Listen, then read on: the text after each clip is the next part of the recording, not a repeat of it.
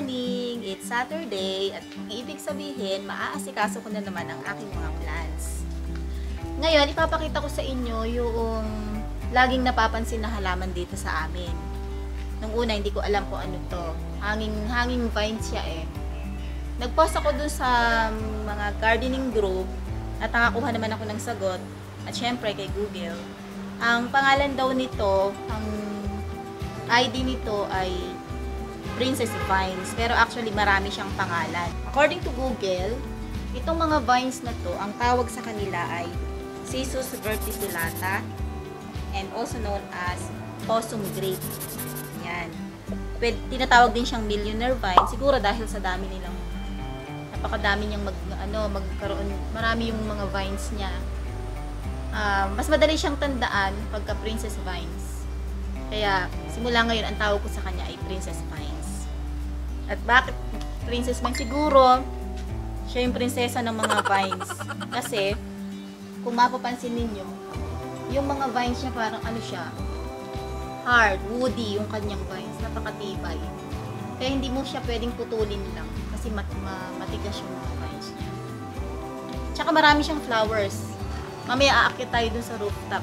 Papakita ko sa inyo yung mga flowers niya. Natutuwa ako kasi dahil sa mga flowers na yan, ang daming mga butterflies dito sa garden ko.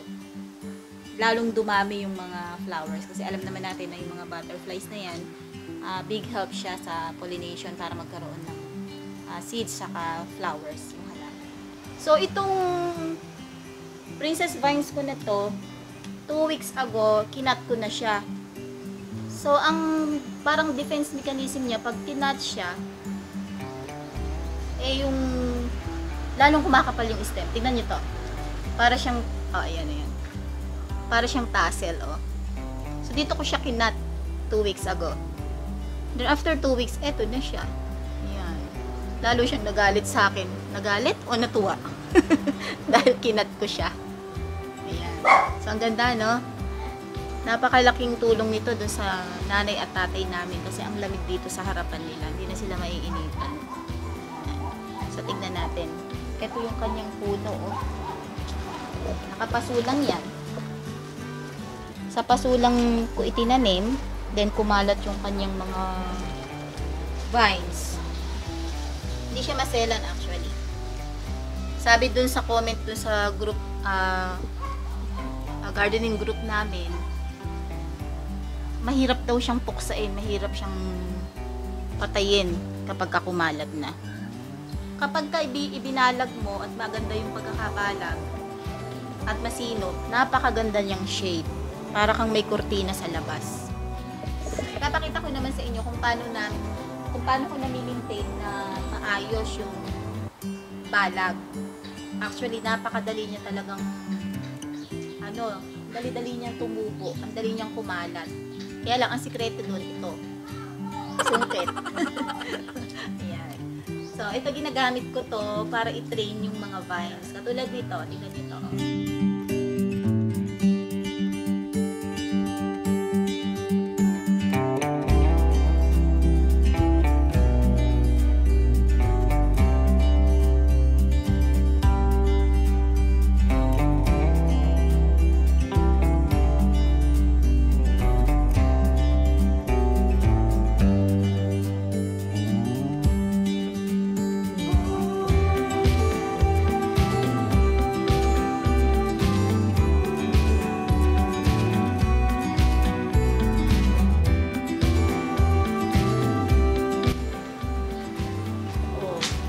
Pagka maayos at na-train mo yung mga vines, ganito yung mangyayari. Ang lalawid lang, itong mga parang pinaka-carding. Yan, o. Hindi gagawin lahat.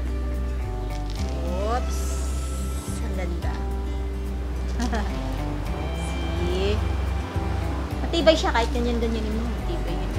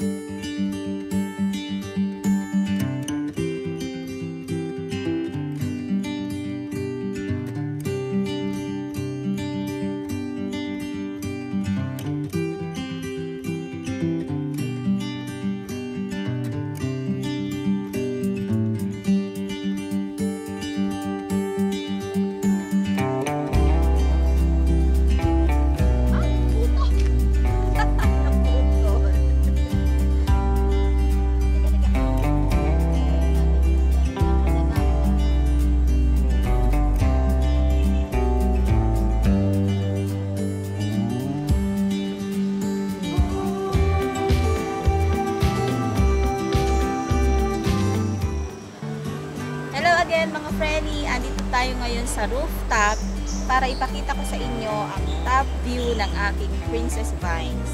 Ito. Yan. Tingnan nyo yung top view. Napakakapal na niya. At makikita nyo, sayang wala ngayon yung marami. Ayan, ako lumalapit na yung mga butterflies. Tingnan nyo. Ang dami. Konti pa lang yan. Kasi nga ang daming bulaklak. Kapal na pala dito sa